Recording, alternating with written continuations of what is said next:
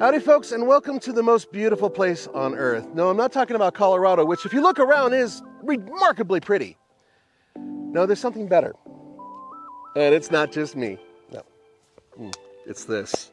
This is the 2023 Lexus LC 500. And in my book, it is not only one of the most beautiful Lexus ever built. It's not only one of the most beautiful Japanese cars ever styled. I think that over the past 20 years, this is one of the best looking cars designed. I know it's subjective and you guys can argue with me, and that's okay. But in this video, I'm going to take you around and show you the vehicles. I'm going to show you its 3 flaws, because it does have 3, but only 3. And we're going to take a little ride in it. But before we get started, I wanted to talk about the elephant in the room other than me. And that is the fact that this has a big, fat, chunky V8. Now you can get one with the hybrid V6, which doesn't make any sense to me at all, because you're losing a lot of performance. And yeah, you're gaining MPG, but when you buy a car like this, you're really not buying it for efficiency. So it just doesn't make sense. Regardless, I'm lucky enough to be driving this one. I have driven the hybrid too, and it's quick and it's fun, but this is better, yeah. And we'll get to the engine in just a moment, but let's talk about styling, because this is one of the few places where the older design of the spindle grille, that's this shape here, really works, I think.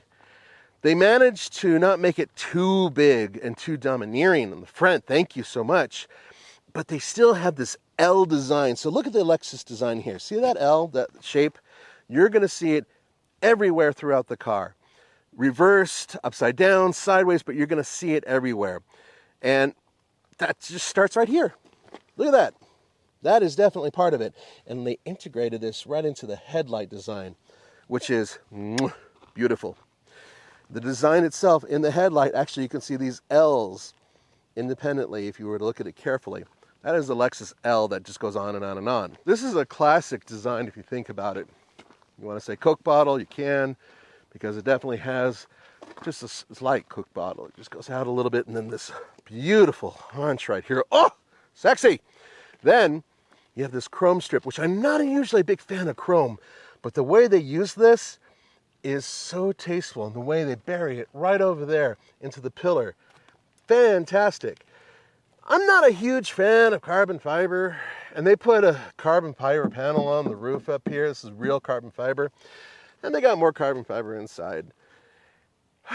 Guys, this car weighs almost as much as 2 Mazda Miatas. I kid you not, it's like around 4,600 pounds. With me in it, a lot more.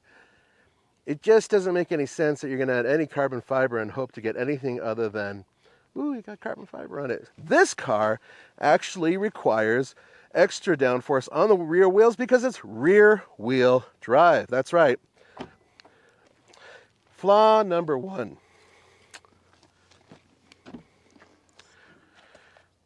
Now, it may look like it's actually got a little depth, but not a lot. I'm putting my arm in here now. You can clearly see there is not a lot of room. Just about enough room for a small set of golf clubs. Yes, that's the battery. No spare tire. Yeah, no surprise there. You have a kit, and that's about it. This is a 5 cubic foot trunk, and it is tiny. And I think that for a GT car, having a little bit of extra space would have been a good thing. Some of you guys might disagree, but I think it should hold 2 full sets of golf clubs and a cooler. That's kind of my way of saying perfect trunk size. This won't quite do it. Another thing, look down there. Them be proper exhaust, my friends, and those ports actually work. Unlike a lot of German cars that fake it. Yes, I'm not going to let that go.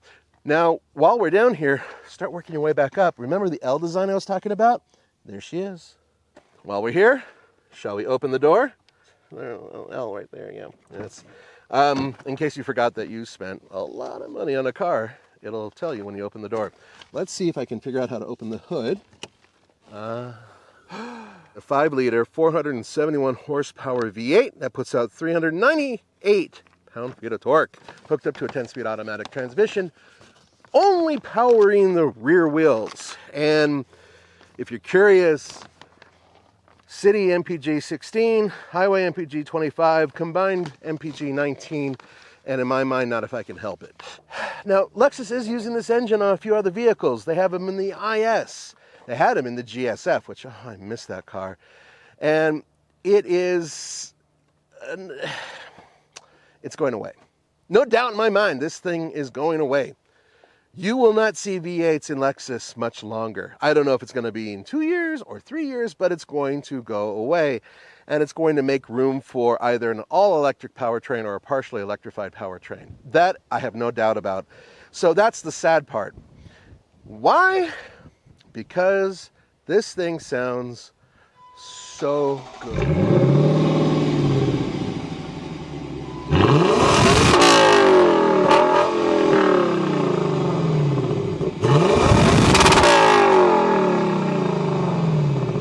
It just makes the fizzies work in you, you know what I mean? I know it's beeping at me.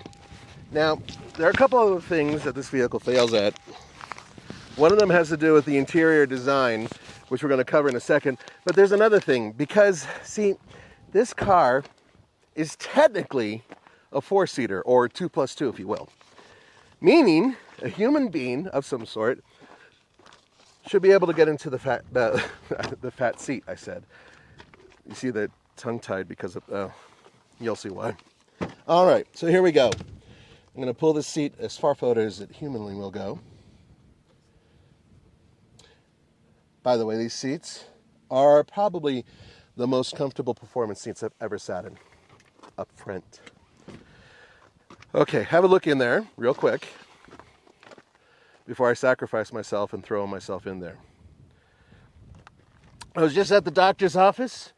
I'm a hair over 6'1", and because I slouch, and I'm 265 pounds. And I'm about to put my big fat butt in the back seat of a beautiful luxury GT car.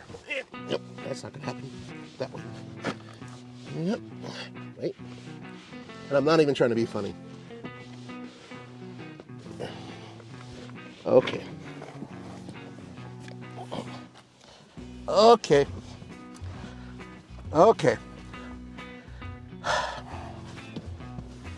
Yeah. So, you're wondering about my right foot hanging out here? Yeah, that's probably not going to fit. Oh, no, it does. Look at that. So, if you want to torture friends and family, you could put them back here. Otherwise, if they're little kids, grandkids, I think in this case, yeah, they could fit. Otherwise, it's not. It's just not going to happen. I can't, well, maybe if I lean back like this and then my face gets roasted on the glass, but I can kind of fit. But if you put Roman back here with me, there is no way that he and I would be able to sit in the back seat together without somebody who's missing, I don't know, limbs being able to drive us somewhere. It's just not possible. Okay, now here comes the, here's a funny fat guy getting out of the car. All right. I'll take my hat off to do this. It's just the angle is weird. Watch as the water buffalo gives birth to its young. Ah, yeah. Wow, that was easy. And so fulfilling. I hope you enjoyed that. Now that I'm out, still have my mic, we're going to have a look at the inside of the car real quick, and then we're going to go for a ride, which is the gratifying part of this. But I wanted to show you its second flaw, or third, depending on the way you look at it, because the backseat is kind of an issue. And that's this. This infotainment setup is way past due. They've proven that people who buy Lexus don't seem to like this very much. There are some who do. But this touchpad is the only way you're going to make the cursor work on this screen. Look, I'm touching. Touch, touch, touch, touch, touch. Nothing happening. There's a pane of glass that goes across this. By the way, here's L design. More L design. If you look at it the right way. And I have no problem with the screen size. I have no problem with any of that. But I do have a problem with this. Now the buttons here are not bad. This is a proper control volume knob here. It works just fine. You can shut off power and go to this screen here. And then different radio and media screens. Very easy to work with in that respect. Can do tuning and tracking here. I like that.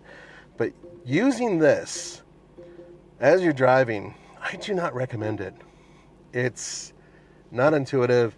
Yes, you feel a little pulse when you go over certain things, but you're going to have to look at where your hand is. You're going to have to look at the screen. And that's exactly what you don't want to do with these things. Fortunately, you can use some steering wheel controls to get around this. But I don't like the fact that this even exists if you have to use the steering wheel controls to get around it. You get what I'm saying? Now, let's go to the steering wheel real quick. Very simple setup, very similar to other Lexus models, including paddle shifters, which are a hoot to use in this car. 10-speed automatic transmission in here, but it's a very quick shifting one, so it does behave almost like a dual clutch when you play with these, as long as your RPM's at the right spot. Then we'll go up here because I want to show you this, and the windshield wipers while I'm at it. You'll see a lot of Lexus with this. They perfected this. This is their little thing. And on one side, it's just simply for turning your traction control off and snow, right here. And then on this side, this is the dynamite stuff, because you can go from normal, and you'll actually see this change a little bit, to custom, comfort, Sport S, and Sport S Plus. You notice how this changes here. Now, in other cars, there's cool slidey stuff that goes on where this will move over and all that. Unfortunately, this one doesn't do it. But on Sport Plus, the car really becomes alive. Yeah, that's including that engine. It feels even spicier. It's just dynamic and fun. However, if I were to hop into this after driving a Corvette, I would be like, oh, okay, this car is noticeably slower. And more importantly, around corners, this thing won't grip the way a Corvette grips. Big surprise, right? You're talking about a car that weighs a lot more than that. And in addition, the engine in the Corvette is now behind you. The balance is completely different. But with that being said, I've driven many vehicles that are super sporty, some that are great GT cars, some that are luxury. And this one combines almost everything beautifully. The little nitpicky things I was talking about with the infotainment setup and the back seat being tight and small trunk, those are its only minor flaws, and I can get around those. To me, just looking at this thing makes up for so much. It's kind of like a really attractive celebrity who's a rotten person inside, but, well, that's not fair to say rotten, but maybe perhaps not the best person inside. This car makes up for all of that, because it's not only attractive on the outside, but with this amazing powertrain and the fact that it's comfy down the highway and handles great in the corners and is just such a all-arounder, I have a hard time faulting it. In order to put this into drive, you have to click this over and pull it back. See how it goes into drive? Same thing with going into reverse, and then park is this button here. The reason I show you this is because you'll spend all day long pulling this back, and the car's going to yell at you saying, you must be in D to shift into M. And M, by the way, is the manual control. It's not really that manual, though. If you screw up and overdo it with the RPM, it'll still shift for you. You might be wondering, you know, I talk a lot about electric cars and how electric cars are great, and some of them aren't. And yet, there's a car like this, and it totally makes me go crazy. It's because I love old cars. I really do. I see the benefits, and I see the detracting nature of certain vehicles and how they can be so amazing and so horrible at the same time. This vehicle, if they were to put an electric powertrain in it, would lose a lot of its character simply because it's no longer a V8. And I witnessed that driving one of these with a hybrid powertrain. And it was still plenty quick. Felt even heavier than this. I don't know if it is or isn't. I actually haven't gone between whether or not that extra battery, which I think is like a 1 kilowatt hour battery, and all the other stuff that's needed to make it a hybrid, whether or not that actually made it weigh more.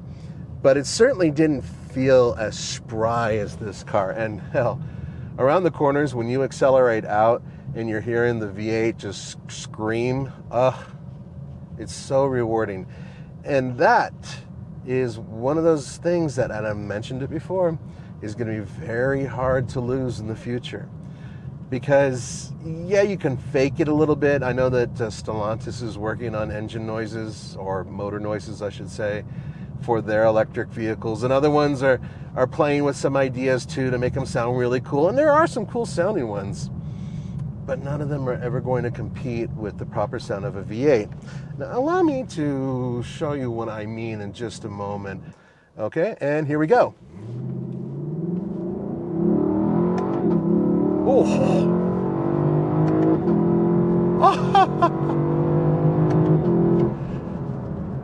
Ticking off the gears is video game fun. Now, according to certain magazines, 0 to 60 in this car, it ranges between, say, 4.6 seconds and 4.8 seconds at sea level. That's not the case up here. I'm sure it's about a half second off, maybe even more. Dude, we're over a mile above sea level. Naturally aspirated powertrains just don't seem to love it. But I'll tell you what they do love. They love to make noise.